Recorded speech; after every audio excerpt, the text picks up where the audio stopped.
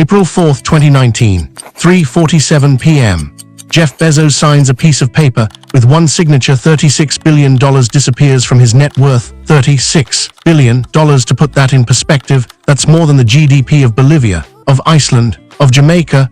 Entire countries with millions of people produce less wealth in a year than what just left Jeff's bank account. In the time it takes to write your name, most people would be on the floor, devastated. Destroyed, lawyered up and ready for war, but Jeff, he smiled, not a fake smile for the cameras, a real one, the kind you can't force, the kind that comes from somewhere deep. And that smile, that inexplicable, impossible smile, is the key to understanding how money works when you have more of it than you can ever spend. But to understand why a man would smile while losing a fortune bigger than most lottery jackpots, we need to go back to the beginning, 1992, New York City. Jeff Bezos is a 28-year-old hedge fund analyst making $250,000 a year. Good money, not rich, but comfortable. MacKenzie Scott is a 22-year-old research associate at the same firm. Smart, Princeton graduate, aspiring novelist, they work in the same building.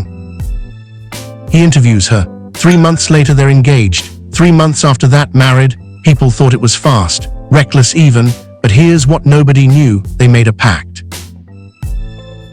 Jeff wanted to start an internet bookstore. MacKenzie believed in him, not just emotionally, financially. She agreed to quit her stable job, move across the country, live on savings, risk everything. In 1994, they drive from New York to Seattle. MacKenzie drives while Jeff types out the business plan for Amazon.com in the passenger seat. She's not just the wife. She's the first employee. She's doing the accounting, packing boxes, driving products to the post office.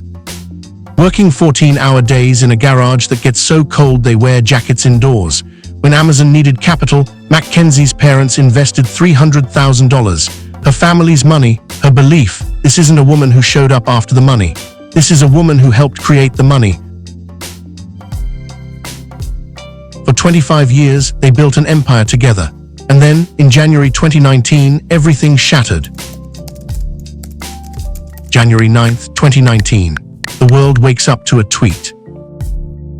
We want to make people aware of a development in our lives. After a long period of loving exploration and trial separation, we have decided to divorce and continue our shared lives as friends. Media explodes. Within minutes, it's the biggest story on earth. Bezos' divorce, the most expensive split in history.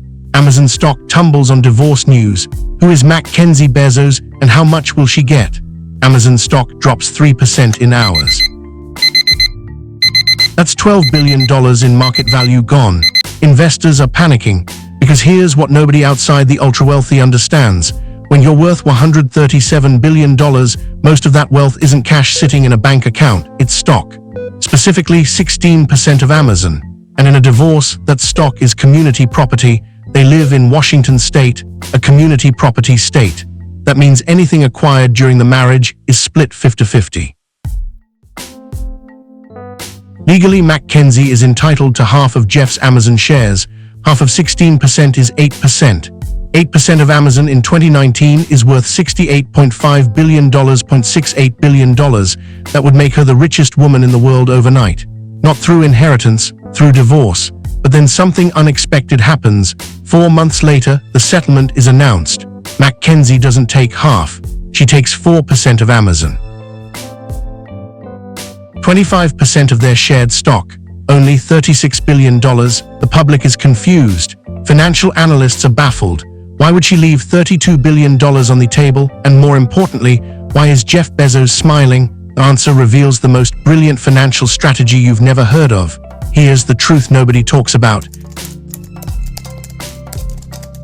Jeff Bezos didn't lose anything in the divorce. He gained something more valuable than money. He gained control.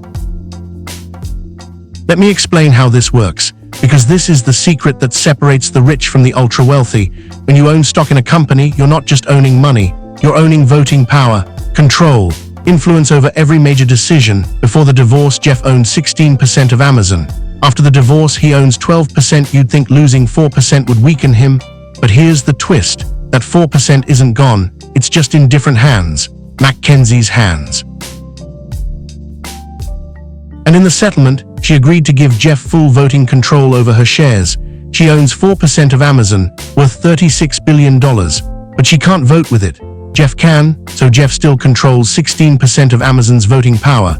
He just doesn't have to own all the financial risk anymore. Let that sink in. He reduced his exposure to Amazon's stock price by 25%, but kept 100% of his power if Amazon's stock crashes. He loses less if Amazon faces lawsuits. His personal wealth is less attached. If regulators come after the company, he has more financial flexibility. It's not a loss. It's a hedge, a brilliant legal hedge that cost him nothing in real terms. But that's just the financial strategy. The personal reason he smiled, that's even more surprising.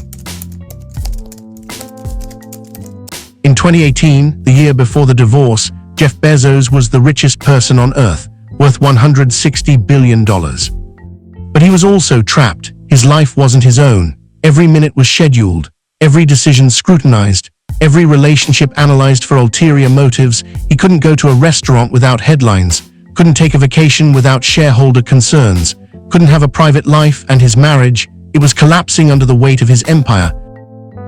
MacKenzie later wrote in an interview, "I was there at the beginning. I packed boxes, I drove to the post office. But somewhere along the way I became invisible. He became Amazon, and I became Jeff Bezos' wife." The divorce cost Jeff $36 billion, but staying married was costing him something he couldn't measure: freedom to live, to make mistakes, to be human again. There's a concept in economics called opportunity cost. It's what you give up when you choose one thing over another. The opportunity cost of staying married wasn't just emotional, it was strategic. In January 2019, the day before the divorce announcement, the National Enquirer published a story. Jeff was having an affair with Lauren Sanchez, a former news anchor and helicopter pilot. The scandal was massive. Photos, text messages, intimate details leaked to the press. But here's the part most people missed. The leak wasn't random. The National Enquirer is owned by American Media Inc., run by David Pecker, a close friend of Donald Trump. And Jeff Bezos owns the Washington Post, which had been aggressively investigating Trump. This wasn't just a celebrity scandal. It was political warfare disguised as gossip. Someone wanted to destroy Jeff, humiliate him and force him to step down from Amazon or sell the Washington Post. American Media Inc. sent Bezos' team an email. "Stop investigating us or we'll publish more intimate photos." That's extortion, blackmail, a federal crime. Most billionaires would have paid, settled quietly, protected their image. Jeff did the opposite. He published the extortion emails himself on Medium for the world to see. The post went viral instantly, 20 million views in 24 hours. And in that post, he wrote one line that changed everything. "Of course, I don't want personal photos published, but I also won't participate in their well-known practice of blackmail, political favors, political attacks, and corruption. I prefer to stand up, roll this log over, and see what crawls out." Public loved it. Even his critics respected it. He was no longer just the rich guy. He was a person willing to lose everything to fight back. The divorce wasn't just financial, it was liberation. Freedom from a marriage that had become a cage. Freedom to fight back against extortion. Freedom to live on his own terms. But the real shock wasn't what Jeff did with his freedom. It was what MacKenzie did with hers. July 2019, 3 months after the divorce is finalized, MacKenzie Bezos changes her name. She's now MacKenzie Scott, using her middle name. It's not bitterness, it's reclaiming herself. She's the fourth richest woman in the world, worth $36 billion. But unlike most billionaires, she doesn't buy mega yachts or private islands. She starts giving it away, not millions, billions. In her first year alone, she donates $5.8 billion to 500 organizations, food banks, racial equity groups, support organizations, climate change initiatives. No press conferences, no buildings named after her, no billionaire savior complex. She just writes checks, big ones, and moves on. By 2023, just 4 years after the divorce, she's given away $14 billion. That's more than Jeff has donated in his entire life. And here's the most incredible part. Despite giving away $14 billion, her net worth has grown to $43 billion. How? Because her Amazon stock keeps increasing in value faster than she can give it away. She's trying to get rid of money, and the system keeps generating more. It's the ultimate proof that billionaire wealth operates by different physics than normal money. Meanwhile, Jeff remarries Lauren Sanchez in 2023. They're planning a $600 million wedding. He's living loud. She's living quiet. He's accumulating. She's distributing. And when asked in an interview why she gives away so much, MacKenzie said something that cuts to the heart of everything. "I have a disproportionate amount of money to share. My approach is driven by the belief that people who have experience with inequities are the ones best placed to design solutions." Translation: she knows she didn't earn $36 billion. She was in the right place with the right partner at the right time in history, and she's trying to redistribute that luck. Jeff kept the money to build rockets and compete with Elon Musk. MacKenzie kept the money to give it to people building futures on Earth. So who won the divorce? The answer isn't what you think. April 2024. 5 years after the divorce, Jeff Bezos is worth $194 billion. Still the second or third richest person alive, depending on the day. MacKenzie Scott is worth $43 billion. She's donated over $16 billion and counting. By every financial metric Jeff won. He kept control of Amazon. His wealth grew. He's dating a celebrity. He's launching rockets into space. But here's the twist nobody expected. MacKenzie's reputation has skyrocketed. She's beloved, respected, seen as the moral counterbalance to billionaire excess. Jeff's reputation has tanked. He's criticized for wealth hoarding, questioned about Amazon's labor practices, mocked for his space obsession while people starve. In the court of public opinion, she's the hero and he's the villain. But here's what's fascinating. Neither of them care about that narrative. Because the divorce gave them both exactly what they wanted. Jeff wanted control and freedom. He got it. He reduced his risk, kept his power, and can now live without apologizing. MacKenzie wanted autonomy and purpose. She got it. She's no longer Jeff Bezos' wife. She's MacKenzie Scott, philanthropist, author, force of nature. The divorce didn't destroy them. It liberated them both. But the real lesson isn't about them. It's about what their split reveals about money itself.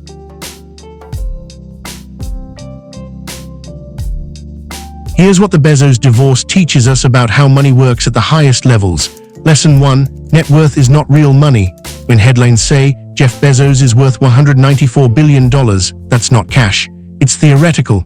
It's the value of his assets if he could sell them at today's prices, which he can't. If Jeff tried to sell all his Amazon stock, the price would crater.